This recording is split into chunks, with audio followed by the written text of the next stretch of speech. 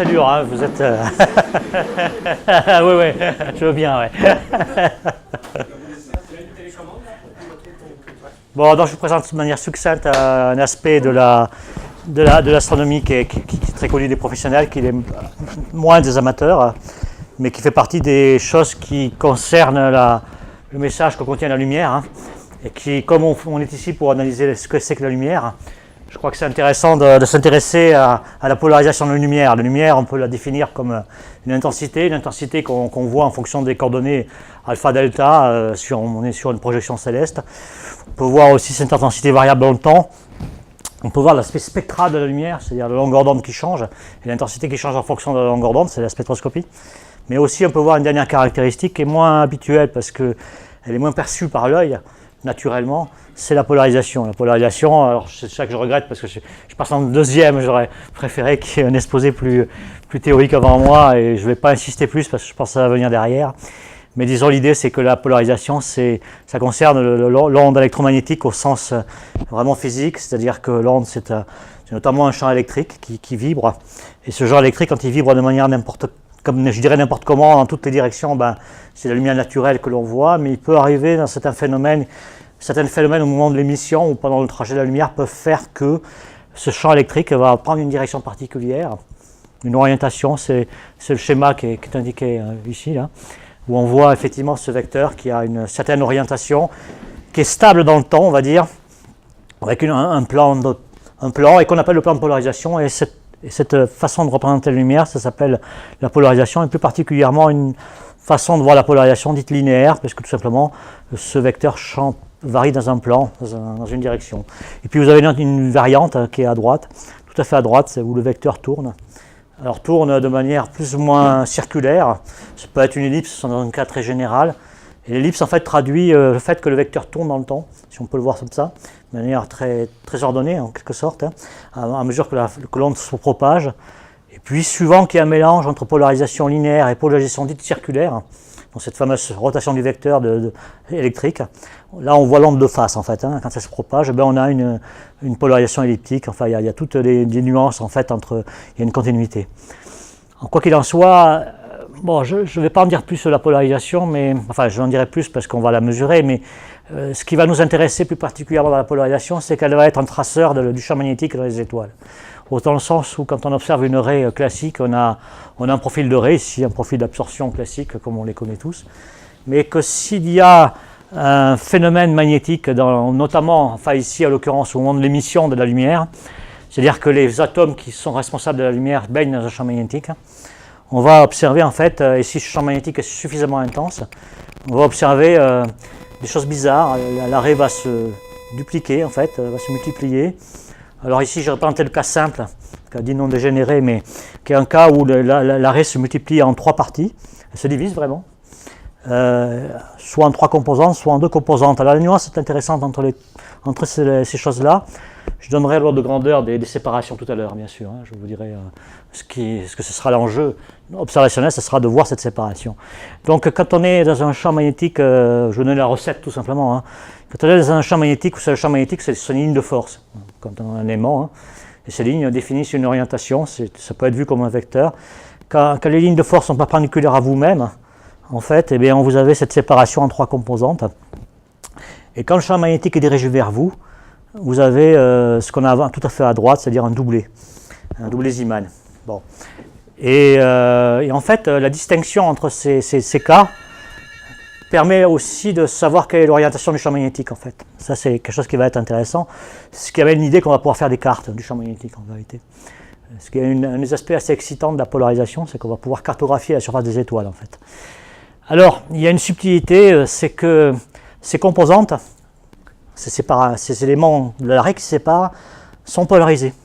C'est-à-dire qu'il y en a une dans laquelle le champ électrique va être comme ça, l'autre va être comme ça, et puis l'autre va être comme ça. Ou inversé, hein, en fonction du signe du champ magnétique qu'on observe. Ça, c'est quand le champ est transverse, c'est-à-dire perpendiculaire à l'axe de vision. Et puis, quand le champ est dirigé vers nous, eh bien, les polarisations sont circulaires, droite ou gauche, suivant que les lignes de force vont vers vous ou s'éloignent de vous, en fait. Voilà.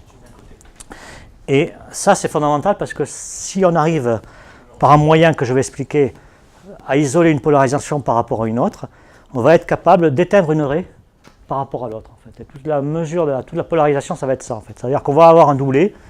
On ne va pas nécessairement être séparés complètement, mais on va pouvoir éteindre une composante par rapport à l'autre en mettant ce qu'on appelle un polarimètre devant notre spectrographe. Bon, petite ordre de grandeur quand même. Ces raies là que vous avez vu séparées, elles sont séparées en longueur d'onde, hein, dans une unité qu'on peut afficher en Angstrom par exemple. Et puis il y a une formule qui est assez, enfin dans un cas particulier, mais enfin, assez générale, assez connue, hein, qui vous dit delta lambda, c'est l'écartement entre les deux raies, les deux composantes. En fonction de quoi? En fonction de G, qui est un paramètre qui est lié à la, on va dire, à la sensibilité électromagnétique de la raie. Il y a des raies qui ne sont pas sensibles au champ magnétique, d'autres qui le sont, beaucoup plus. Et typiquement, G va entre 0 et 3, on va dire ça. On appelle ça le facteur de Landé. Donc c'est un paramètre qui est lié à la physique atomique en fait. Hein. Donc voilà, mais il y a des tables qui vous disent pour telle raie, tel et tel état de ionisation, vous allez avoir tel facteur de Landé. Et puis vous avez une dépendance avec la longueur d'onde, une dépendance au carré entre parenthèses, ce qui signifie que si vous observez dans l'infrarouge, comme c'est au carré, l'écartement sera plus important encore. Donc il y a l'idée que ça aussi, c'est mieux de travailler dans le rouge que dans le bleu à la limite. Bon, et c'est au carré encore une fois. Et puis surtout, il y a une dépendance avec B parallèle là. Dans ce cas précis, et B c'est la valeur du champ magnétique. C'est finalement ce qu'on cherche à voir. C'est-à-dire que plus le champ magnétique est fort, ce qui paraît un peu logique, plus les raies sont écartées. D'accord, linéairement avec le champ magnétique. Ici, exprimé en Gauss, c'est l'unité de mesure du champ magnétique hein, qu'on peut utiliser là. Donc en fait, cette relation, si on l'applique, on va prendre une raie, par exemple la raie du fer à 6300 Angstrom à peu près, avec un facteur de Landé de 2,49 ou 2,5 à peu près le maximum. Hein, et on va se mettre avec un champ magnétique de 3000 Gauss. Hein. À 3000 Gauss, pour une idée, c'est le champ magnétique qui est dans une tache solaire, hein, un peu au centre d'une tache solaire un peu forte, d'accord. Voilà. Un petit aimant de porte que vous avez chez vous là, c'est plutôt on est plutôt autour d'une centaine de Gauss, d'accord, c'est même plus petit que ça. Donc en fait, ça donne une idée quand même que c'est un champ magnétique relativement fort quand même. Mais malgré ça, si on applique la formule qui est là-haut, on trouve un écartement de 0,14 Angstrom. 0,14 Angstrom, si vous divisez par la longueur d'onde, vous divisez la longueur d'onde divisé par 0,14, vous apercevez que pour séparer les deux composantes, il va falloir un spectrographe qui a 45 000 de résolution. Elles sont tellement proches qu'elles sont très serrées finalement, malgré le champ magnétique relativement important. Ça veut dire que, a priori, il faut des instruments amateurs, hein, si on est dans l'amateur, hein, donc c'est le titre de la présentation, qui soient assez résolvants pour, a priori, séparer ça. Alors heureusement, grâce à la polarimétrie, on n'a pas besoin nécessairement de séparer physiquement ces raies-là. De toute manière, physiquement, elles ne sont pas nécessairement séparées parce qu'il y a d'autres phénomènes qui apparaissent, et notamment, il y a la largeur naturelle de la raie, on va dire ça comme ça. Hein. Il y a des gens beaucoup plus savants qui pourront en parler que moi, mais si vous observez une étoile, elle tourne sur elle-même, et en tournant sur elle-même, il y a des objets, il y a des parties de l'étoile qui s'approchent, d'autres qui s'éloignent. Tout ça fait que les raies sont élargies, et l'élargissement naturel est supérieur à ces 0,14 Angstrom. Ce qui veut dire que le Feynman, en fait, qui va être notre traceur du champ magnétique, est tellement faible que finalement, la raie, si vous la voyez naturellement, enfin dans votre spectrographe, on peut peut-être voir un élargissement, mais en fait il va être très subtil et parfois même quasiment invisible. Et c'est pourtant ça qu'on va essayer de voir, d'accord. Alors voilà, on va voir comment on va faire. Juste pour, ça m'amuse de donner la conversion, mais dans les IRM, vous passez des examens, c'est souvent des IRM à Tesla, 3 Tesla. Les grands labos ont des IRM 7 Tesla. Et 1 Tesla, c'est 10 000 Gauss. C'est un gros segment, quoi. Voilà, 1 Tesla, ça vous fait 3 tâches solaires. Alors justement, ce champ magnétique... Ouais, ça... Ouais. Le tireur de parquet n'a pas le droit d'approcher plus ça. Donc en fait, alors, la polarisation hein, et donc par ailleurs le champ magnétique, on va dire que c'est lié en fait, parce que au travers de ce qu'on veut observer, c'est pas quelque chose qui s'observe de manière naturelle. Un champ magnétique d'une salle de radio, vous ne le voyez pas, quoi. Enfin, vous pouvez voir l'effet physique que ça peut avoir sur un objet métallique, mais physiquement, et surtout quand on analyse la lumière, qui est un objet un peu subtil, mais qui est le message qu'on reçoit des étoiles, c'est pas immédiatement perceptible. C'est d'ailleurs la difficulté. L'œil humain n'est pas sensible au champ magnétique. Mais on va quand même arriver avec des astuces et des filtres, en particulier des filtres optiques, à traduire la polarisation en une variation d'intensité lumineuse. Donc tout est là en fait, dans le sens où la variation d'intensité lumineuse, elle, on sait la mesurer. On prend un détecteur CCD, une photodiode, enfin un détecteur qui est photosensible, on mesure l'intensité de cette lumière et on va pouvoir en déduire finalement ce que l'on observe, quel est l'état de polarisation de la lumière. Mais il va falloir mettre des filtres. Alors je ne vais pas traduire tout ça parce que ça va nous entraîner un peu loin et puis je pense qu'on a bien mangé, donc ça va pas être facile d'aborder la théorie jusqu'au bout, mais sachez, pour donner des pistes, simplement des repères, que quand on parle de polarisation, en fait, on va parler en termes en particulier, enfin, il y a plusieurs façons de faire, mais c'est essentiellement comme ça qu'on le fait, c'est commode. Ce qu'on appelle les vecteurs de Stokes, alors c'est un mot un peu savant, mais sachez que ce sont des facilités mathématiques, on va dire ça comme ça, qui traduisent en fait l'état polarimétrique de la lumière qu'on reçoit. Par exemple, I, le paramètre I, c'est l'intensité qu'on reçoit de la lumière naturelle, en fait. Et puis QUV, ce sont les polarisations, en fait, linéaire ou circulaire, le taux de polarisation, on va dire ça comme ça aussi, qu'on reçoit de la lumière qui nous arrive. En fait, Q et U, ça va caractériser le champ linéaire, en fait, la polarisation linéaire. Et puis il y a Q et U parce que, comme c'est une projection, il faut deux plans de coordonnées en fait, pour savoir où ça se trouve. En fait, voilà, c'est ce que ça veut dire. Et la composition des deux permet de trouver l'orientation du champ de polarisation, du vecteur de polarisation. Et V, qui va nous intéresser plus particulièrement, c'est la polarisation circulaire. Et V, ça va être soit un signe plus, soit un signe moins, suivant que l'onde tourne comme ça, ou qu'elle tourne comme ça. Voilà. Et comme on va s'intéresser beaucoup au champ longitudinal, parce que c'est le plus facile de tous à mesurer, ce qui va nous intéresser plus particulièrement, c'est le vecteur de Stokes V. Alors sachez que quand on a, en fait, techniquement parlant, on va mesurer, si on s'intéresse à ce paramètre-là, vous voyez, c'est assez simple, c'est une soustraction. Techniquement parlant, de deux signaux qu'on a mesurés en intensité au travers du filtre qui va bien et que je vais décrire, de deux signaux qui vont correspondre à une qui laisse passer l'onde qui tourne comme ça et l'autre qui laisse passer l'onde comme ça. Voilà, on va dire ça comme ça. Et donc, on obtient le vecteur V qui est ici. Alors sachez que quand on a une lumière naturelle, en fait, on a cette relation, l'intensité au carré, elle est égale à tout le reste au carré aussi. Mais quand on a une lumière qui est un peu polarisée, parce que la lumière n'est pas à 100% polarisée, surtout en astronomie, on a en fait l'intensité qui est assez inférieure à ces paramètres-là, et même carrément les vecteurs QUV sont très inférieurs à l'intensité. Ça veut dire quoi? Ça veut dire que l'intensité, la variation de lumineuse qu'on va observer va être très petite par rapport à l'intensité réelle de l'objet, en fait avec un pourcentage. Mais quelques pourcents, voire nettement moins que cela. Ça veut dire aussi quoi? Ça veut dire que pour arriver à avoir une variation d'intensité d'un pourcent ou d'une fraction d'un pourcent, on va dire, il va falloir accumuler beaucoup de lumière et avoir un bruit de la mesure qui soit assez faible pour pouvoir distinguer cette variation d'intensité. Et finalement, voir le champ magnétique. Voilà. Donc à mesurer la polarisation et puis en déduire le champ magnétique derrière.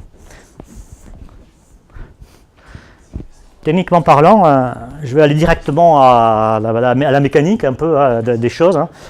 Comment fait-on pour se débrouiller? Je passe beaucoup d'étapes, mais je vais directement au sujet et puis on aura quelques digressions. On a en fait typiquement ce qu'on appelle un polarimètre, en fait, qui est un objet qui va, je le répète, donc transformer l'état polarimétrique de la lumière en une variation d'intensité. Alors, et on va s'intéresser. Alors ici, vous avez l'équation générale de variation de l'intensité lorsqu'on fait passer la lumière dans un système qui va être constitué d'un filtre en fait, avec ici un polariseur dit linéaire, c'est-à-dire qu'il va laisser passer qu'un seul plan de polarisation dans une orientation donnée. Vous savez, ce polariseur là, on les connaît bien, on l'a en photographie en particulier. Ce sont des grilles en fait, en quelque sorte. Ça ressemble beaucoup aux antennes en fait, c'est-à-dire comme on a un champ électrique qu'on veut faire passer ou pas passer, on va orienter l'antenne en quelque sorte de telle manière que le plan qui correspond à la vibration de l'onde passe à travers le filtre. D'ailleurs, souvent, certains polariseurs sont fabriqués de grilles en fait, c'est vraiment physiquement des grilles que l'on met devant l'objet. Typiquement, nos polariseurs sont plutôt des molécules qu'on étire avec un champ électrique qu'on fait passer dedans en quelque sorte, de manière naturelle. Mais on est toujours dans des phénomènes un peu électriques, on ne s'en aperçoit pas, mais c'est ça que l'on fait en vérité. Bon, donc ce polariseur va laisser passer un plan d'onde, mais comme on veut être en plus sensible à la polarisation circulaire, pour faire cela, je vais prendre ça pas dans les détails, mais il faut rajouter en fait un deuxième élément, qu'on met un peu en avant ici, qu'on appelle une lame retardatrice, qui est capable de retarder en fait un plan d'onde par rapport à l'autre d'un certain angle, la moitié de l'onde, un quart de l'onde, etc. Bon, et on met en fait, quand on combine en fait le retard ici delta que l'on peut mettre, ce polariseur linéaire, on s'aperçoit qu'on peut faire varier l'intensité en fonction de Q, de U et de V en fait. Et ça veut dire qu'avec une combinaison de filtres, on va pouvoir mesurer l'intensité qui varie. Et avec cette combinaison de filtres, on va pouvoir extraire la valeur de Q, de U et de V, en fait, c'est-à-dire l'état de la polarisation. En fait. Mais il y a plusieurs mesures à faire successivement, a priori. Alors comme nous, on ne s'intéresse qu'à la variation de V, en fait, qui est la polarisation linéaire, encore une fois, c'est la plus facile à mesurer et la plus informative pour nous, eh bien, en fait, on se contente du dernier terme qui est ici, en fait, et que si la lame est dite une lame quart d'onde, bon, c'est quelque chose qu'on achète dans le commerce, hein, ce sont des lames dichroïques, enfin, qui ont des propriétés de retarder justement un plan par rapport à un autre. Si cette lame est dite quart d'onde, c'est-à-dire qu'il y a des phases de plissure de l'onde incidentes, on peut s'apercevoir effectivement que l'on va observer une variation avec une équation comme celle-là. Ça, c'est le signal que l'on observe, et c'est égal à l'intensité plus ou moins la polarisation en fait circulaire qui est comprise dans l'onde qu'on observe. C'est assez simple. C'est évident que si plus V sera important et plus cette variation sera grande, mais en plus ou moins, d'accord, voilà. Et en fait, cette mesure, c'est la fameuse différence que j'ai montrée tout à fait au début. Il y avait un terme où il y avait S5 ou S6. Et ben on fait deux mesures. Et deux mesures avec un polariseur qui est, enfin, une lame retardatrice qui est avec un certain angle alpha, qu'on a là-haut. Et puis une autre mesure qui est faite avec un arme qui est à 90 degrés de celui-là, en fait. Voilà. Et donc on observe deux intensités lumineuses. On résout cette équation et on a directement, en fait, la valeur de V, en fait, on l'a déduit, parce qu'on connaît I' qu'on mesure, et on a déduit V, en fait. Et pour faire ça, techniquement, ben, on met ça devant le spectrographe. Techniquement, on le met devant la forme du spectrographe, ou on le met devant une fibre optique du spectrographe. Donc ici, on a un système que j'ai ici, hein, qui est typique, hein, où on a un polariseur fixe, qui est un polariseur linéaire classique, qu'on utilise souvent en photographie, par exemple, et puis un polariseur, et puis une lame quart d'onde qu'on tourne. Et vous voyez, il y a un petit levier ici qu'on tourne et qu'on amène à 0 ou à 90 degrés de sa position. Ça fait deux mesures, et c'est ces deux mesures-là qu'on va combiner et qui vont nous permettre de calculer V, et puis derrière déduire le champ magnétique éventuellement si on est malin dans la manière de traiter les données, quoi. Donc c'est extrêmement simple en fait, parce que finalement c'est comme si on rajoutait un filtre devant le spectrographe, mais c'est donc on peut leur y mettre très élémentaire, hein, encore une fois, se résume à ça. En fait, la difficulté de ce polarimètre, c'est qu'il va falloir faire deux mesures successives. Ça veut dire que par rapport à ce que vous faites d'habitude, il va falloir faire deux fois plus de temps d'observation pour acquérir une donnée. Mais voilà, c'est le combat qu'on a avec cette simplicité. Les professionnels utilisent des systèmes... voilà. Donc, alors, je montre ici que la polarisation circulaire et la polarisation de manière générale, vous l'avez de manière naturelle quand vous allez au cinéma et que vous allez voir un film en 3D, oui, en relief en fait. Hein. Donc quand vous allez rentrer dans la salle, on vous distribue des lunettes que vous mettez sur vos yeux et elles vous permettent de voir le film en relief, quoi. Et en fait, ce qui se passe, c'est que ces lunettes sont sensibles à la polarisation circulaire. Donc en fait, ces lunettes-là sont tout à fait exactement celles que j'ai montrées tout à l'heure et qu'on met devant le télescope, enfin qu'on met devant l'oculaire. Et si vous mettez une paire de lunettes comme cela, alors si vous allez au cinéma, vous les récupérez, vous les donnez surtout pas, vous les rendez pas à la fin, hein, vous les gardez avec vous, hein, et vous en prenez deux, hein, d'accord, hein, vous êtes avec votre ami, vous gardez les deux, vous faites la manip ici, en fait, qui consiste à dire, je prends une des lunettes, je la mets à l'envers par rapport à ce que j'utilise normalement, et ça va vous créer une onde polarisée. Quand vous observez un paysage naturel non polarisé, ça va vous créer une onde polarisée. Et avec la deuxième lunette, vous allez pouvoir sélectionner la polarisation, vous allez pouvoir la bloquer suivant qu'elle est à droite ou à gauche, et suivant le vert que vous allez mettre devant la lunette, en fait. Et donc vous faites vraiment ce que vous allez faire avec le télescope. La première lunette, qui est à l'envers, là, elle vous génère ce que fait l'étoile, normalement, c'est-à-dire elle crée une polarisation. Et la deuxième, c'est votre télescope, avec votre analyseur de votre polarisation, et vous allez pouvoir, suivant comment vous orientez avec le vert droit, le vert gauche, etc. Et en fait, si vous analysez bien ce que c'est que ces paires de lunettes que vous mettez devant vos yeux, devant un œil, vous avez... c'est assez important parce que vous avez une configuration qui est là-haut avec un certain angle, mais sur l'autre œil, vous avez le retardateur qui est à 90 degrés en fait. D'accord. Donc vous avez tout. Vous avez tout. En fait, si vous démontez vos paires de lunettes que vous avez pris pour 2 €, même pas, enfin rien du tout au cinéma, elles sont gratuites, vous les découpez, vous mettez ça devant le télescope et vous avez fabriqué un polarimètre, mine de rien. Vous avez les 2 filtres qui vont bien pour faire de la polarisation. Pour rien du tout, pour 0 centime quasiment. Donc c'est quand même pas mal. C'est pour dire que comme la polarisation elle est partout, elle est techniquement, industriellement, on l'exploite, hein, donc on peut en profiter. Alors sachez que quand vous avez ces lunettes de cinéma, en fait, c'est pas qu'un seul verre qu'il y a dessus, hein, donc, je le répète, hein, vous avez un polarisateur linéaire et collé dessus, mais vous ne le voyez pas, mais il y a une lame retardatrice. En plus, c'est de la super qualité, hein, c'est pas cher et c'est de la super qualité. Donc ici, on a le petit polarimètre que j'ai montré tout à l'heure, en métal, là, qui est ici, et qui est devant la bonnette ici d'un spectrographe qui va envoyer la lumière vers un spectromètre, au travers donc d'une fibre de 50 microns et une certaine longueur. Devant, il y a un C11 et ce sera l'instrument que vous allez voir les résultats. C'est avec ça que j'ai obtenu donc ces résultats que je vais vous montrer maintenant. Donc il n'y a pas beaucoup de modifications par rapport à votre spectrographe. Simplement, vous rajoutez ces 2 petits filtres avec un qui est mobile par rapport à l'autre. Voilà, c'est tout. À droite, vous avez le spectromètre que j'ai utilisé. Alors c'est un spectromètre que j'ai fabriqué, qui est un peu pas luxueux, mais qui a une certaine qualité parce que quand même il arrive à une résolution de 50 000, qui est quand même une résolution un peu hors norme pour les amateurs. Les professionnels connaissent bien, mais nous c'est moins évident. Qui est fabriqué à base d'une lunette FSQ 180 là, de Takahashi, qui est très bonne chromatiquement parlant, qui a un très bon champ, et je travaille en litho pur, hein, c'est-à-dire qu'on a la fibre qui est injectée par un petit prisme sur le côté, on envoie ça vers le réseau, c'est à l'infini ici, ça repart en sens inverse avec un petit angle et on reçoit le résultat sur la caméra. Pour faire plus simple qu'un spectrographe, quoi, hein. C'est vraiment, il y a le même élément, sert d'objectif et de collimateur, c'est assez simple.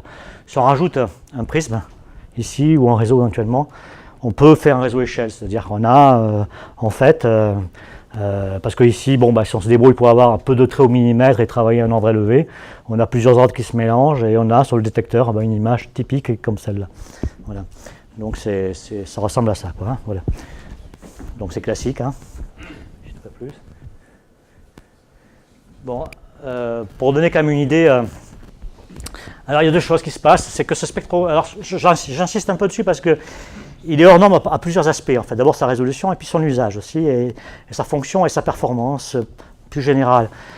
J'ai fait un pari, c'est que j'ai voulu non pas acquérir tous les ordres sur leur grande dimension, mais travailler sur des fractions d'ordre, c'est-à-dire que idéalement, on a envie de prendre tout le spectre, de le rabouter, de mettre les bouts côte à côte pour faire un très grand spectre à la sortie. L'option que j'ai prise, c'est de tronquer les ordres, de telle manière à utiliser un détecteur de taille raisonnable et avoir une très grande dispersion et simplifier finalement la conception générale. Ce qui fait qu'ici, vous avez 1/6 typiquement de ce que devrait donner un spectromètre échelle de manière standard, quoi. Mais j'ai tronqué, quoi. Voilà. Le résultat, quand même, c'est qu'avec ces moyens que vous avez vus là, je peux obtenir des spectres. Vous voyez ici en rouge, vous avez un spectre Elodie qui vient d'ici en fait, hein, d'accord, de l'observatoire, et en bleu ce que j'obtiens, c'est quand même assez comparable au niveau résolution. Et voilà, donc on est dans les standards professionnels, quoi, dans ce coup-là, mais avec quand même des amateurs qui sont derrière, hein. Vous voyez, des fois on ne s'embête pas, hein. Le réseau est coincé avec des contrepoids. La première image est faite comme ça, et pour montrer que faut oser, quoi, mais enfin ça marche, hein. Voilà, comme ça que j'ai fait mon premier spectre. Ici vous avez un système de guidage, vous savez, pour guider en photographie avec un prisme sur le côté là, et je m'en sers à l'envers, c'est-à-dire que j'injecte la lumière de la fibre dans l'instrument en travers de ce petit prisme et je récupère le reste à la sortie. Ça reste, c'est collé au scotch bleu face, hein, ça marche, quoi. Voilà. Une petite chose, parce que tu en as parlé hier, en fait, c'était sur la fibre et la résolution spectrale. En fait, c'était intéressant que tu l'évoques. Effectivement, c'est vrai que c'est un système à fibre. Alors, ici, il y a une petite astuce, un petit secret, c'est que la fibre est assez grosse sur le détecteur finalement. Et ce que tu as montré hier, en fait, je le vois de manière typique, c'est-à-dire que je vois la fibre comme une tache ronde, en fait, physiquement. Elle fait typiquement 8 pixels, donc j'arrive à la résoudre. Donc je suis très suréchantillonné par rapport à ce qu'on fait d'habitude. En général, le FWHM, c'est 2 pixels, 3 pixels. Là, je suis beaucoup plus, trop même certainement, mais en même temps, ça a une certaine qualité. Et en tout cas, ce qui est clair, c'est que par rapport à une fente, c'est vrai qu'on gagne un facteur 15%, quelque chose comme ça, sur la résolution spectrale, parce que la forme ronde, en fait, est plus étroite, finalement, intégrée qu'une fente de même largeur ici. On peut même faire des astuces, hein, ce que j'ai pu faire, je vous le signale quand même. Ça, c'est mon record, en fait, c'est pour ça que j'en parle, mais c'est que si on fait le spectre uniquement avec la partie haute et la partie basse de la fibre, en fait, on a ici son image. Si on combine l'ensemble, on a cette résolution-là, à peu près 50 000. Si on n'utilise que cette partie-là et cette partie-là, on travaille sur une corde plus petite. Et donc, en fait, on augmente la résolution spectrale. Et là, par exemple, j'arrive à quand même 83 000. D'accord. Là, on est sur le double du sodium ici. Vous le reconnaissez peut-être, hein, d'accord, hein, qui est à cet endroit-là. Et on voyait que la résolution a augmenté entre les deux. Mais évidemment, il n'y a pas beaucoup de signal. Quoi. Et puis, c'est un peu scabreux. Mais enfin, dans le cadre expérimental, ça fonctionne ici sur un spectre solaire. Mais j'ai pu le faire sur des spectres d'étoiles aussi. Hein. 83 000, c'est assez costaud. Quand même. Voilà.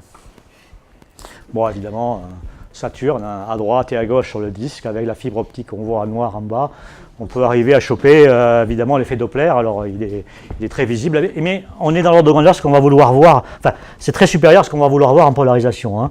On voit les raies telluriques qui n'ont pas bougé, évidemment les raies stellaires, solaires à l'occurrence ici, sont déplacées en fonction de la vitesse à laquelle va l'anneau, à droite ou à gauche. Hein. Comme on est ici, et puis avec ce même spectromètre, hein, puisqu'on a beaucoup parlé de RLIR, voilà des images de RLIR faites avec cette résolution de l'ordre de 50 000, hein, d'accord, sur RLIR. Alors c'est quand même intéressant parce que ce sont quand même des images qui sont bruitées, hein.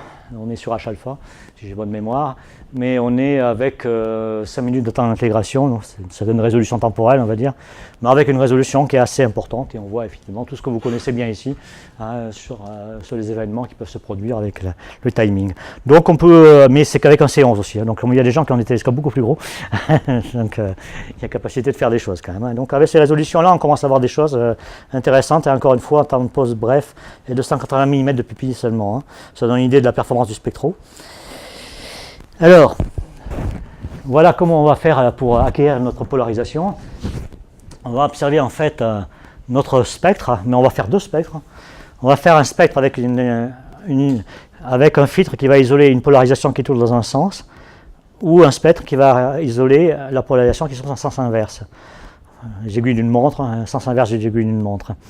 Et donc ça fait deux spectres. Et s'il y a de la polarisation, les raies vont gigoter très légèrement. Vous savez, le delta lambda qu'on avait vu tout à l'heure, en fonction du champ magnétique longitudinal qu'on a. Et donc c'est les deux courbes qui sont ici. Ici et ici. Avec un petit delta lambda. On a vu que c'était une dixième d'Astrom, c'est pas beaucoup. C'est inférieur même parfois à la résolution de la raie, enfin à la largeur naturelle de la raie, mais ça existe. Et en particulier, si on fait une chose qui marche très bien en physique, hein, c'est la différence entre l'image bleue et le spectre rouge et le spectre vert, enfin bleu ici. Eh bien, on va observer la différence entre les deux polarisations. Et cette différence, c'est le fameux vecteur de Stokes V qu'on avait vu tout à l'heure. On avait la différence entre un filtre qui tournait à droite et un filtre qui tournait à gauche. Et la courbe qu'on obtient ici, c'est en gros la dérivée, enfin ça ressemble beaucoup à la dérivée du profil de la raie, c'est le résultat est ici. Et c'est ça qu'on appelle la polarisation circulaire V, en fait c'est le taux de polarisation circulaire V en fonction à l'intérieur de la raie, quoi, en quelque sorte. Et voilà, donc, et en fait le but qu'on cherche à faire, c'est ça. Et alors, plus cette courbe a une amplitude forte, et plus le champ magnétique est important. Voilà, en gros, voilà. Et donc c'est comme ça qu'on va mesurer le champ magnétique. Voilà.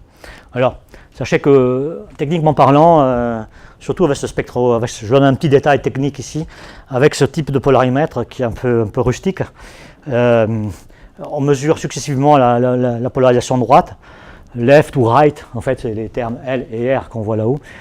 Il y a du temps qui s'écoule entre deux, et donc l'étoile peut évoluer, et aussi les conditions techniques peuvent évoluer. Donc souvent on applique la polarisation droite, la polarisation gauche, et puis on recommence la séquence mais à l'envers, en parlant par la droite et en revenant par la gauche, quoi, en fait, voilà. Et en fait, en mélangeant ces données-là, on obtient ce qu'on appelle le V sur I, en fait, mais qui est la même courbe que celle-là, mais en mélangeant les données. Ce qui est intéressant, c'est que quand on les mélange lorsqu'on les combine de manière adéquate, on obtient ce qu'on appelle le N ici, le N dans le lambda ici, qui est la polarisation nulle, en fait. C'est-à-dire que si ça doit normalement, théoriquement, annuler la polarisation. C'est-à-dire que vous ne devez rien voir. Si vous voyez quelque chose, ça veut dire qu'il y a un défaut au moment de l'acquisition. Donc c'est un traceur du bruit de la mesure, en fait. Hein. Voilà, bon, c'est une façon un peu simple de faire les choses. Je passe des détails, mais on peut analyser les raies en les ajustant, etc. la pente de cet ajustement, quand on applique bien la bonne équation en fonction de B du champ magnétique, on peut obtenir directement la pente, c'est directement le champ magnétique. Et là, on utilise toute l'information qui est dans l'arrêt pour le faire. Voilà, bon, il y a des astuces. Mais retenez que c'est simplement la différence entre deux spectres qu'on va faire et qui vont nous permettre d'extraire la polarisation. Alors ici, typiquement, voilà le résultat sur une étoile qui est bien connue, hein, qui est même le standard de la polarimétrique en fait, du ciel, en fait, hein, c'est alpha CVN, c'est le corps corallique, qui est une étoile des chiens de chasse, j'ai pas de mémoire, hein, et qui est une étoile qui est bien connue depuis longtemps pour avoir un champ magnétique significatif. Il y en a qui sont beaucoup plus magnétiques que ça, mais elle est quand même significative. Alors c'est une étoile, on voit ici le profil de la RH alpha. On a les longueurs d'onde ici, 6763 Angstrom. On voit ce profil-là, c'est une étoile type plutôt A, en fait, assez chaude. Hein. Et il y a des phases ici, en fait. Et cette phase, en fait, correspond au temps qui évolue, en fait, qui change. Et ce temps, en fait, il se trouve que c'est calé sur la période de rotation de l'étoile qui est connue lui aussi depuis longtemps. Hein. Mais voilà, c'est phasé par rapport à ça. Lorsqu'on examine la RH alpha en fonction du temps, on s'aperçoit que le temps c'est 5 jours, 5 à peu près, hein, donc la période de rotation de l'étoile. On s'aperçoit qu'il ne se passe rien, quoi. Enfin, on voit rien. Enfin, ça ressemble à l'arrêt. Puis, bon, contrairement, il n'y a pas d'éruption, il n'y a rien, il n'y a pas de. Sauf que si vous faites, non pas le I qui est ici, mais le signal entre la polarisation droite et la polarisation gauche, donc deux spectres encore une fois, on observe ce qui est ici en fait. Et ce qui ici ressemble beaucoup à ce que je vous ai montré tout à l'heure, cette fameuse courbe AS, d'accord, que vous avez pu voir tout à l'heure, qui indiquait, qui était le traceur de la polarisation en vérité. Et en fait, le fait qu'il y ait un petit zigouillis comme ça signifie que les deux raies sont vraiment séparées sur la polarisation. Et ce qui les sépare, parce qu'on mesure la polarisation, et que cette polarisation ne peut être qu'induite que par le champ magnétique, on mesure le champ magnétique de l'étoile. En fait. Voilà. Et on peut même physiquement mesurer sa quantité et faire la métrique réellement du champ magnétique en Gauss. Quoi. Voilà. Et ce qu'on voit ici, c'est que c'est cyclique, évidemment. C'est-à-dire que l'étoile tourne sur elle-même, comme une toupie, et présente un champ magnétique avec des lignes de force positives ou négatives suivant la phase. Quoi. Voilà. Et ici, on a la polarisation nulle, en fait, c'est l'équation que j'ai montrée tout à l'heure, que quand il n'y a rien, c'est bon signe, quoi. Ça veut dire que, enfin en tout cas, le bruit que vous observez, typiquement est indicatif du bruit de la manip, et on s'aperçoit que le bruit de la manip est bien inférieur au bruit du signal qu'on observe ici dans la RH alpha. Ça veut dire que la RH alpha est polarisée, en fait, ce qui n'est pas naturellement immédiat hein, quand on le voit. Le facteur de Landé est de 2 hein, pour information, donc c'est significatif. Ça correspond à une polarisation plutôt, je pense, mais là, je ne suis pas assez physicien, mais plutôt de la haute atmosphère de l'étoile que l'on voit ici. Mais on peut s'amuser à faire autre chose. Hein. On peut s'amuser à aller chercher des raies plus subtiles. Par exemple, ici, on est plus sur une belle raie comme la RH alpha, bon, bien profonde et tout, mais on aurait une raie du chrome ionisé une fois, plutôt dans le bleu, enfin le bleu-vert, 4800, c'est fini. De toute façon, j'ai bientôt fini. Alors là, on voit beaucoup de choses qui se passent ici. Hein. On voit cette raie en fonction de la phase. Toujours 5 jours à peu près de rotation. On voit que cette raie se déforme. Ici, c'est l'image que vous observeriez naturellement avec votre spectrographe, sans polariseur. Hein. Rien, non, comme la vie vous l'offre, avec les standards de votre instrumentation. Donc on voit des déformations ici. On voit que la raie change de forme et ça veut dire que il y a des surfaces sur l'étoile en fait, c'est-à-dire que l'étoile est tachée, des taches. Donc, ce qu'on voit là, c'est des taches à la surface de l'étoile, et c'est même des taches particulières, parce que c'est des taches de chrome en fait. Hein. C'est-à-dire que ce n'est pas des taches comme on a sur le Soleil, hein. Ça correspond à une chimie particulière locale sur l'étoile. Il se trouve qu'il y a un endroit sur l'étoile, et c'est permanent, qui est là, et qui tourne avec l'étoile, qui ne se mélange pas avec d'autres matériaux, comme le fer, etc., et qui est une surface tachée, mais si on voyait l'étoile à l'œil, on ne verrait rien en vérité. Elle serait très brillante, mais on ne verrait pas le tache. Mais par contre, la composition chimique est localement différente. Et ça tourne. Et c'est ce qu'on voit ici, parce que c'est cette raie uniquement qui bouge. Donc c'est de l'effet Doppler, en fait, cette raie-là qu'on voit. Si vous prenez une autre raie, dans notre composé chimique, vous allez avoir un profil tout à fait différent. Ça va dire que la tâche sera pas au même endroit pour l'autre élément chimique. C'est quand même très particulier. Ça ne se mélange pas, si vous voulez, en quelque sorte. Bon, ça, c'est déjà une caractéristique très particulière de ce type d'étoile. Et en plus, si on fait maintenant, pour chaque période ici, la différence entre la polarisation circulaire droite et gauche, patatrac, on s'aperçoit que ce n'est pas non plus un plat, mais qu'on a une variation comme celle-ci, en fait, et qui indique qu'en plus, que c'est taché, c'est en plus polarisé, quoi. Donc il y a en plus un champ magnétique. D'ailleurs, les deux sont un peu liés, parenthèse. D'accord. Voilà. Et là, à droite, je vous ai mis une publication de Kotchukov, là, bon, qui est assez connue, et de AEA 2010, de cette étoile-là. Il y avait les mêmes phases. Et on s'aperçoit que la première colonne, c'est le stock I, c'est-à-dire l'intensité, c'est que vous observez votre spectromètre normalement, c'est cette colonne-là. Vous voyez qu'il y a quand même une certaine ressemblance entre le profil des raies. Et ici, vous avez le sorte de stock V qui indique la polarisation, le champ magnétique vertical, enfin vers vous en fait.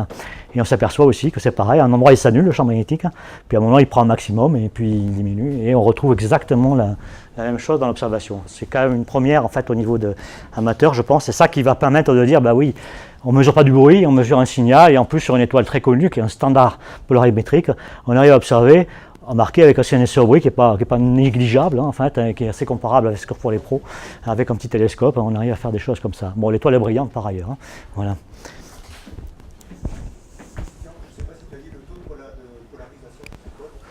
Ah, c'est une colle, mais je crois que c'est l'ordre de quelques milliers de gosses, enfin 2 ou 3 000 gosses, typiquement. C'est, ouais, alors j'ai pas mis les chiffres ici, enfin on les a ici en fait, il faut mesurer là, par rapport au 1, c'est quelque chose comme quelques pourcents, voilà, on va dire ça comme ça, voilà, d'accord. C'est très faible en fait, enfin c'est faible, mais cette signature sort. Et alors ce qui est beau, c'est ça en fait, c'est que, alors bon ça, c'est pas moi qui l'ai fait, mais c'est l'interprétation. C'est-à-dire qu'ici vous avez en haut, ça vient de le même article de Kotchukov, vous avez l'étoile en haut en fait, qui tourne. Vous voyez son axe n'est pas exactement perpendiculaire à vous-même, il est un peu incliné, il tourne en 5 jours environ.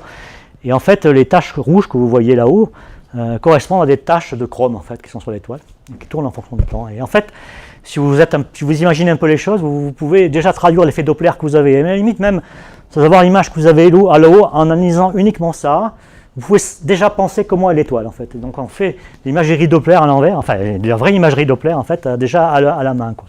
Alors, puis ici, quand on est en haut, vous voyez, il y a peu de taches et on a l'impression que c'est assez neutre, quoi.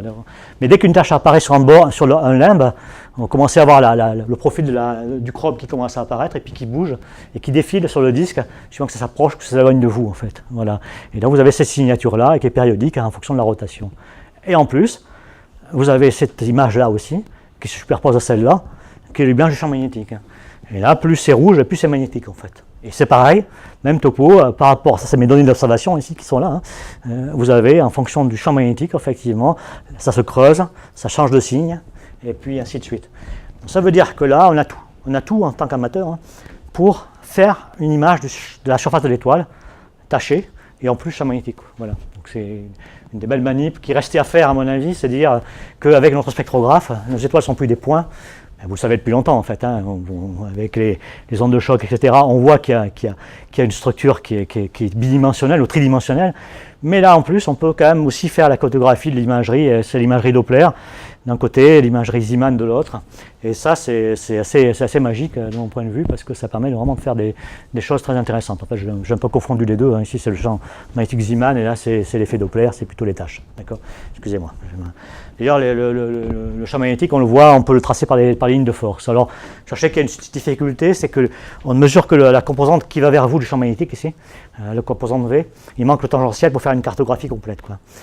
Donc les pros qui travaillent sur les polarimètres au pic du Midi, vous voyez en particulier au pic du Midi, ont des instruments qui sont extrêmement sensibles, extrêmement performants. Ils mesurent tous les vecteurs de stock complets, le Q, le U et le V. Et ça permet de faire ces cartographies-là. Mais déjà avec le V, on peut faire déjà beaucoup de travail. Et beaucoup de professionnels ne travaillent aussi qu'avec le V parce que le Q et le U, c'est vraiment un ordre de grandeur, sinon deux, par rapport à la difficulté, par rapport à ce qu'on doit observer. Ce qui est étonnant, quand même, c'est ça, c'est qu'on arrive à choper le chrome ici, une cartographie de la surface de l'étoile avec du chrome. C'est assez sympa. Voilà, c'est un autre exemple ici, mais sachez que le modèle stellaire pour synthétiser ça, et si vous voulez le modéliser, c'est un modèle d'une étoile qui tourne sur elle-même, son axe de rotation. Mais l'axe magnétique de l'étoile n'est pas confondu avec l'axe de rotation, il n'y a pas de raison qu'il soit d'ailleurs. Donc ça tourne comme une toupie comme ça. Et ce qu'on voit en fait, c'est vraiment cet effet-là, cette espèce de phare qui passe devant vous et qui tourne avec une ligne de visée particulière. Et la combinaison de tout ça vous donne en fait cette image-là. Bon, il y a des programmes d'inversion en fait des données qui peuvent y arriver. Moi je ne les ai pas, ces programmes d'inversion. J'aimerais bien que les professionnels travaillent avec moi ou avec des amateurs qui sont intéressés par ce sujet-là, mais ça peut être intéressant. Ici, vous avez une liste d'étoiles typique qui permet de montrer un peu le catalogue. C'est des étoiles APBP, en fait, ici, bon, qui sont des étoiles brillantes, en fait, ici, qui sont l'archétype de ce que j'ai montré avec Alpha couronne boréale, Alpha CVN. Bêta CRB, bêta couronne boréale, c'est une autre étoile que j'ai fait qui est aussi un standard qu'on va trouver ici.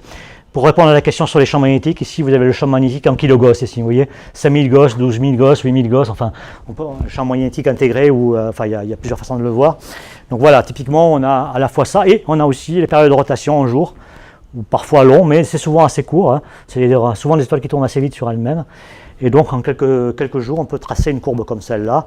Mais comme c'est complètement périodique, parce que c'est un champ fossile, hein, c'est-à-dire c'est un champ magnétique qui existe depuis le départ, depuis la naissance de l'étoile, il est permanent. Ce qui me permet d'aller comparer une publication qui a été faite en 2010 et de la comparer à ce que je fais en 2017, et c'est comparable, quoi. Voilà. Parce que ça reste la même chose, toujours. Alors, on me dit c'est pas très intéressant. Enfin, on ne sait jamais, il peut y avoir des choses. Puis c'est techniquement un vrai challenge. Bon, déjà, rien que pour ça, c'est le fun, quoi. Voilà, bon. Et puis il y a d'autres étoiles, les RS-CVN, enfin des étoiles plutôt type solaire avec des taches aussi plus grosses et puis qui ressemblent plus à celles du Soleil, qu'on peut aussi faire et qui sont tout à fait accessibles éventuellement. Enfin, j'ai un domaine là-dessus. Hein. Voilà. Sachez mais là je n'insiste pas que sur le Soleil, on peut voir le champ magnétique sur le Soleil. Je vous avais parlé de taches solaires tout à l'heure. Faire des imans sur les étoiles. Ici vous avez une tache solaire ici. Ici là. Et en fait, si on est très attentif, j'ai mis le fil polarisant, le polarimètre que je vous ai montré tout à l'heure, tourner à droite, tourner à gauche, et on peut voir que les raies se déforment suivant la polarisation et suivant le champ magnétique qu'on a. Si on fait les différences d'une image à droite et gauche, on a une image comme celle-là, qui est le profil de stock. Et quand on voit des effets de relief comme ça veut dire que les raies sont légèrement décalées l'une par rapport à l'autre, parce qu'on a fait les différences. Et c'est un traceur de champ magnétique. Si on scanne le Soleil en même temps, on peut observer un magnétogramme, c'est-à-dire la surface du champ magnétique solaire direct, avec cette moyen-là. Voilà. Bon, ça c'est classique. Enfin classique. Voilà. Là je montre un dernier exemple, qui est un exemple qui n'est pas facile, hein, mais enfin qui montre qu'on peut aussi faire des choses amusantes autrement. Ici, on est sur une étoile un peu particulière qui est un post-AGB. Alors, ce sont des étoiles assez chaudes en fin de vie, hein, qui sont se transformer en supernova un jour, peut-être. 89 Hercule ici. Et là, on n'observe plus le champ magnétique polarisé circulairement, mais on va observer pour cette fois-ci le champ magnétique linéaire. En fait, ce qu'on va observer, c'est le champ magnétique qui est lié au nuage qui est autour de l'étoile, en fait, au circonflexe polaire, qu'on va observer. Et donc, on a l'étoile en haut avec le profil tel que vous pouvez le voir avec un spectromètre classique en haut, avec un profil Pessini assez typique. Hein. Voilà, bon. Déjà, en soi, c'est intéressant. Bon, c'est pas une étoile très brillante, mais ça marche. Toujours avec VIRES à 50 000 de résolution. Et en bas, vous avez le taux de polarisation qu'on observe en mettant, alors bêtement, hein, deux polariseurs linéaires, enfin encore une fois, les trucs de photographie, hein, c'est même des polariseurs de photographe que j'ai mis là devant la bonnette, hein, un qui est tourné comme ça, un autre à 45 degrés, 90 degrés, 135 degrés. En combinaison toutes ces rotations, on peut calculer ce qu'on appelle le taux de polarisation, c'est le taux de polarisation circulaire, c'est le Q ou le U, mais mélangé en fait, en quelque sorte, hein, c'est le module de ça, qui indique le taux de polarisation des poussières qui polarisent. Les poussières, pourquoi elles polarisent? C'est parce que vous avez l'étoile qui émet de la lumière. Cette lumière se réfléchit sur les poussières ou sur les molécules qui sont autour de l'étoile et ça revient sur la Terre, mais avec un angle particulier. Cet angle va vous donner en fait un taux de polarisation. Comme le ciel est polarisé, par exemple le relais qu'on voit sur le fond de ciel, hein, le ciel est polarisé, c'est comme ça que les photographes utilisent des polariseurs, c'est pour éteindre ou allumer le ciel. On a exactement ça, mais sur une étoile. Et on s'aperçoit qu'on a une espèce de truc. Alors c'est discret, hein, il y a du bruit. Hein. Alors là, c'est la clé de la polarisation, c'est qu'il faut avoir du rapport de signal sur bruit pour arriver à sortir quelque chose. Quand même, c'est pas facile. Hein, c'est un signal de deuxième ordre, je dirais, qu'il faut sortir. Ici, ça polarise à 4% sur une étoile comme celle-là, à l'intérieur d'une raie. Hein. C'est pas la polarisation du continuum qu'on voit, c'est vraiment la polarisation de la raie à H-alpha. Ce qui est amusant, c'est ce qui est à droite, c'est une publication Espadon, donc sur un gros télescope, hein, en l'occurrence ici au CFH, si j'ai bonne mémoire. Oui, au CFH, on a le profil Pessini et en bas le résultat professionnel de la polarisation à une autre date, mais là ça change, ça peut changer en fonction du temps. Hein. Et on voit que bon, c'est pas trop ridicule au niveau du résultat. Et en bas vous avez une preuve toujours pareil, il faut toujours faire l'épreuve en fait. Hein. C'est une étoile, à l'occurrence, qui est sans polarisation normalement, et que j'ai observé rigoureusement avec ce protocole-là. Et pareil, là, la polarisation est nulle, quoi. Donc ouais, elle n'est pas polarisée. C'est un profil un peu équivalent, on va dire. Enfin, presque. Mais en tout cas, quoi qu'il en soit, ici, c'est alpha humain, à l'occurrence, alpha de la grande ours. C'est pas polarisé. En fait, tout ça permet de tester votre instrumentation, qu'il n'y a pas une polarisation instrumentale qui s'ajoute, c'est-à-dire qui perturbe la mesure. Mais voilà ce que ça peut donner, quoi.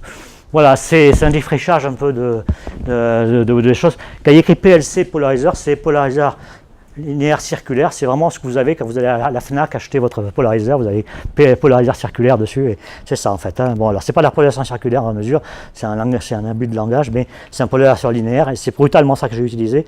Ça coûte 30 € et vous faites une manip comme ça qui permet de voir qu'il y a un nuage de gaz autour de l'étoile et qui ça tourne. Voilà, c'est tout ce que j'avais à vous dire en fait. Hein. Voilà.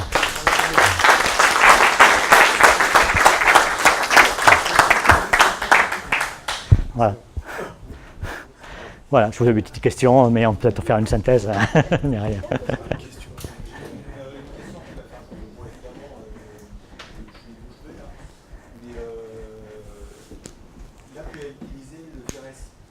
Ouais. Qu'est-ce qu'on peut faire avec la base de résolution en spectropolarimétrie? C'est une bonne question. C'est une question que je me suis posée et que se pose et que les professeurs se posent aussi, je pense. Alors. D'abord, on a commencé à faire la manip avec un LIRES, d'abord, hein, parenthèse, hein, donc on a essayé. Le LIRES a quelques défauts, mais potentiellement on pouvait y arriver, mais c'était limite, donc 15 000 de résolution à peu près. Ça a été difficile, des conditions un peu délicates, et on n'avait pas le magnifique polariseur que tu m'as fait à l'époque. Il fallait démonter le spectro, le remonter, c'était très compliqué, c'était pas, le LIRES n'est pas un modèle de stabilité, si tu veux, au niveau, voilà, non, c'est un défaut. Mais on aurait pu sûrement la faire la manip. Bon, déjà, c'est une remarque, c'est que en prenant un peu de soin et sur une étoile un peu spectaculaire, un peu brillante, on arrive à faire quelque chose, sûrement avec une résolution inférieure à celle que j'ai utilisée là. Deuxièmement, si vous regardez bien les publications professionnelles, vous allez apercevoir que certaines étoiles, AP, etc., ont été faites avec des résolutions de 2000 à peu près. C'est-à-dire à la résolution d'un Alpi un peu mieux, enfin, voilà, de l'Alpi en fait, ou plutôt d'un LISA, quoi, plutôt, vous voyez, bon, d'accord. Pourquoi? Parce qu'en fait, on peut travailler sur les raies de l'hydrogène en particulier, très larges, qui ont une polarisation, et là c'est pareil, en faisant du bon rapport signal-sur-bruit, on peut arriver à sortir le fameux profil que j'ai démontré tout à l'heure, là on peut le sortir sur le ray de l'hydrogène.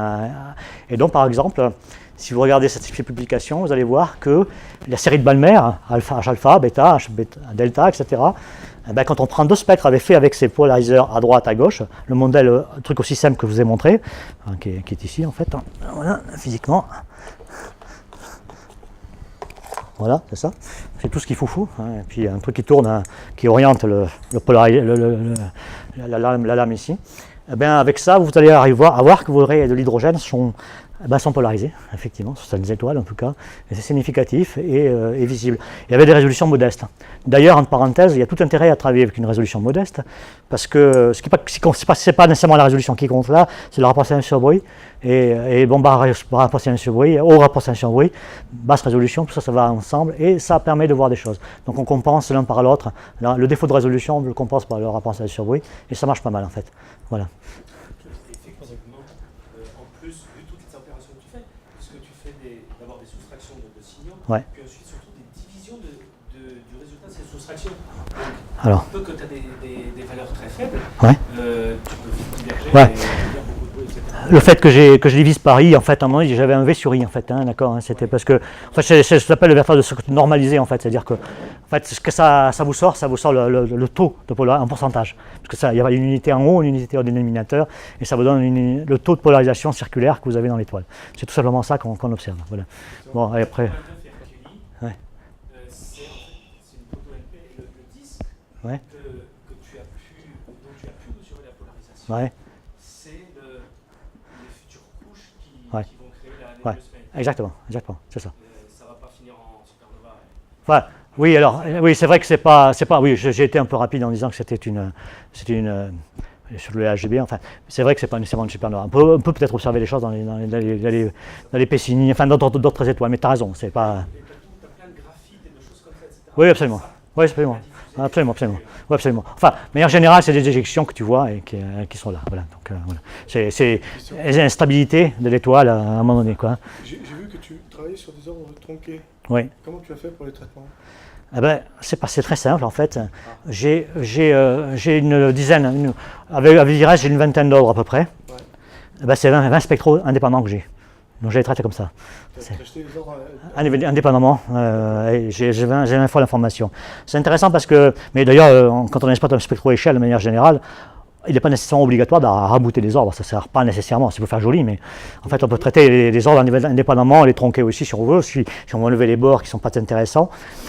Là, en l'occurrence, il y a une astuce, c'est que la troncature, enfin, le spectro est calculé de telle manière qu'H-alpha soit à peu près au centre dans des ordres, et puis le reste tombe un peu au hasard. En vérité, on peut choisir, mais voilà, à un moment donné, je montrais le sodium, qui n'est pas naturellement dans mon domaine, mais en tournant le réseau un petit peu, j'arrive à choper le sodium, mais j'ai plus H-alpha.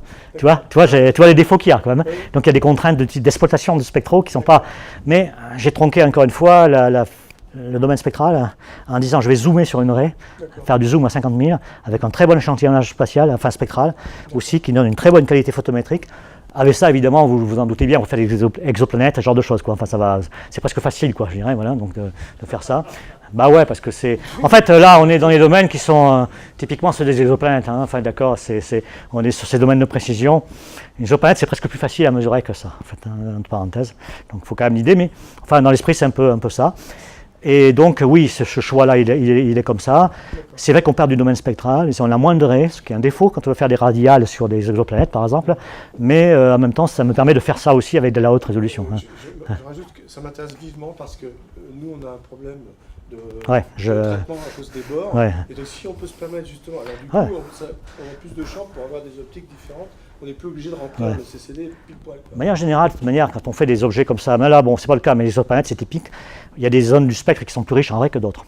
D'accord. Donc il y a des zones qui ont plus de poids que d'autres au niveau contenu physique des données. Donc c'est vrai que ça vaut le coup de séparer des données par ordre d'intérêt et puis mettre des poids d'ailleurs en parenthèse sur un ordre particulier. Ça augmente quand même la durée du traitement. Oui, mais non, parce que ça va très vite. Moi, ça se traite comme un spectre échelle, pareil. Moi, j'ai fait dans ISIS, j'ai mis un traitement du VIRES qui va aussi vite qu'un traitement d'échelle. Oui, ça y est, je verrai, il y a un onglet, parce que bon, ça c'est mon spectro. Je me suis permis de faire ma fonction pour moi, mais si vous voulez. Enfin, voilà. Oui, voilà, c'est possible. Voilà. C'est ça. Est-ce qu'avec un spectro de type échelle, on ne peut pas gagner en multipliant plus les raies qui sont affectées par les effets comme un petit peu de traitement statistique qu'on pourrait faire sur... Alors, là c'est très intéressant. J'ai une question que j'ai pas exposée là, mais effectivement, comme pour les exoplanètes, en fait, on peut... Là, j'ai montré une raie du chrome. C'est clair que cette raie de chrome, il est partout. Il y a beaucoup de raies du chrome, et on peut les traiter en parallèle. D'accord. Et en faisant ça, on va augmenter le rapport signal-souris drastiquement en vérité. D'accord. C'est-à-dire qu'on a un traitement statistique. Il peut y avoir un défaut sur une partie du spectre et sur la raie qui nous intéresse, mais comme on en a d'autres, on va moyenner tout ça. Et on va même augmenter le bruit en racine du nombre de raies qu'on va utiliser. Donc travailler sur de nombreuses raies en même temps, ça c'est une étape que je n'ai pas accomplie. Enfin, voyez-vous, ça, les professionnels connaissent bien ça. C'est un traitement effectivement qui permet d'arriver à accroître très fortement, mais en traitant l'ensemble du spectre intelligemment, avec les facteurs de Landé qui vont bien, des peignes en fait, en quelque sorte d'identification des raies en fonction de leur force magnétique en quelque sorte. Et là on augmente. Donc en clair, par rapport à ce que j'ai montré là, c'est la solution la plus dégradée ici que j'ai montrée. Une seule raie et un résultat graphique. Mais si on traite intelligemment le spectre, là on va beaucoup plus loin et on peut obtenir un encore bien meilleur. Donc en gros le bruit que vous avez vu tout à l'heure, je peux le diviser par 10 sans problème si je suis malin, quoi. Mais ça c'est du boulot pour... et donc ça va me permettre d'aller chercher des étoiles beaucoup plus faibles ou des rapports signal-souris plus faibles, enfin des étoiles plus faibles ou un magnétisme plus faible aussi. Donc là c'est que le début, quoi, quelque chose. Donc c'était un crash, un fond de crash là, que j'ai montré, mais on peut faire mieux. Mais il y a du boulot quand même, parce que ça c'est du boulot de pro et ça c'est un vrai travail. Ça, il y a du travail de traitement de données qui est particulier, qui est riche, mais il faut prendre du temps quand même. Là, il faut être quasiment pro, mais enfin, on est pro, quoi, parfois un peu. J'ai deux petites questions. Alors, la première, c'est vrai qu'on avait affaire, on faisait à l'époque du transit, et donc on avait affaire à une étoile qui était très active. Donc il y avait des tâches. Alors, on avait une variation, surtout pour mesurer de la précision. Et donc, est-ce que vous voyez quand même des aspects de la polarité pour faire le signal? Sinon, la deuxième question, est-ce que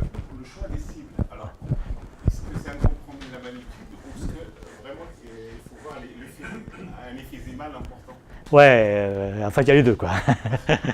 D'abord, c'est plutôt les brillantes, effectivement, et il y a peu d'étoiles qui sont magnétiques, quand même. Hein. Enfin, elles sont sûrement toutes un peu magnétiques, mais les plus dira plus que moi, mais c'est vrai que le phénomène magnétique n'est pas facile à détecter. Il faut les beaux télescopes.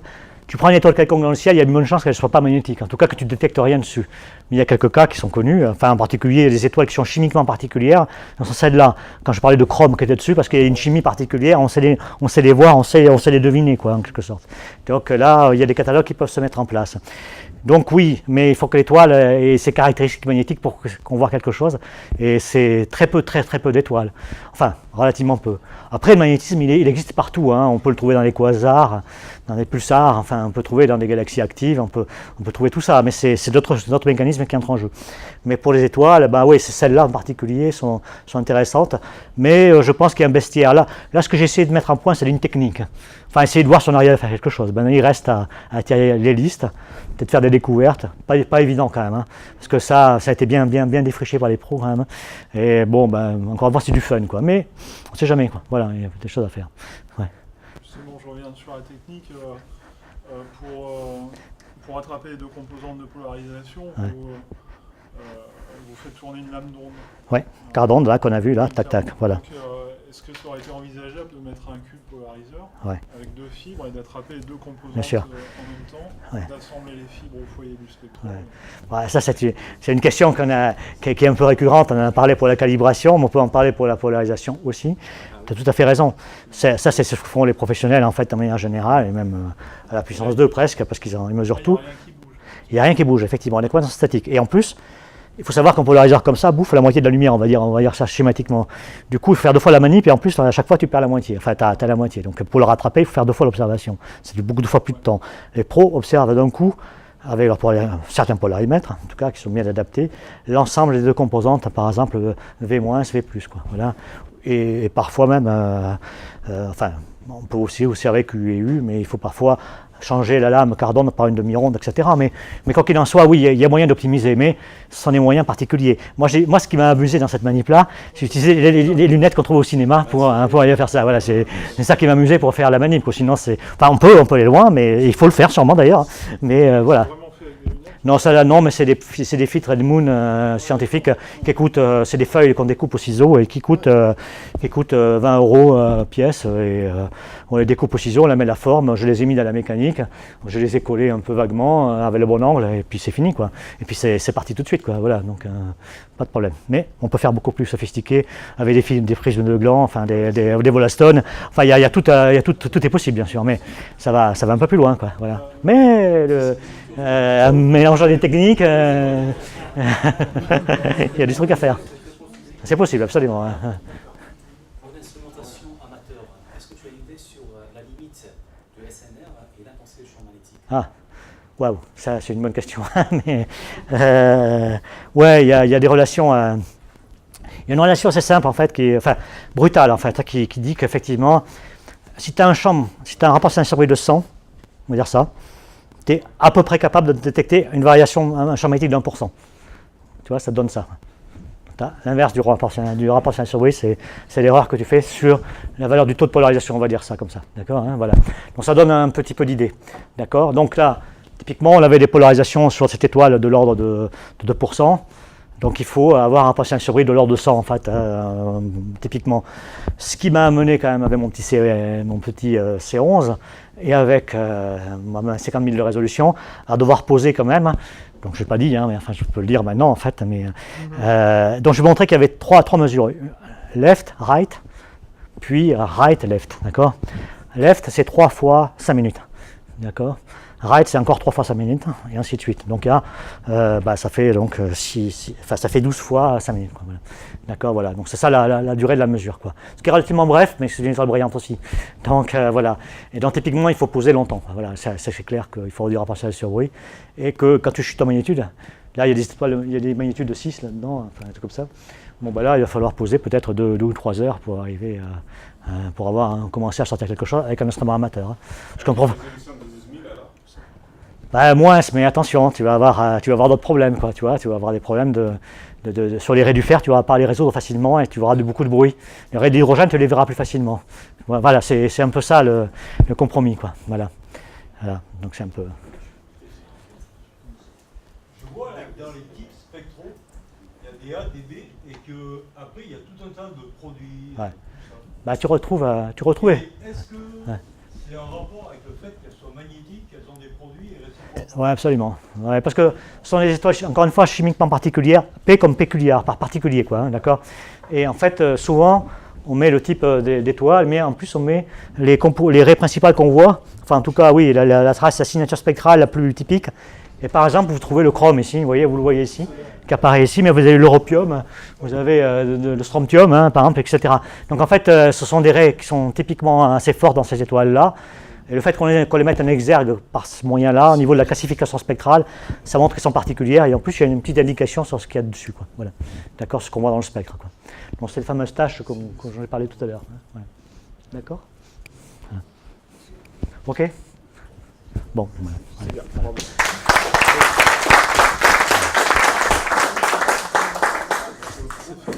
1 heure et 3 secondes.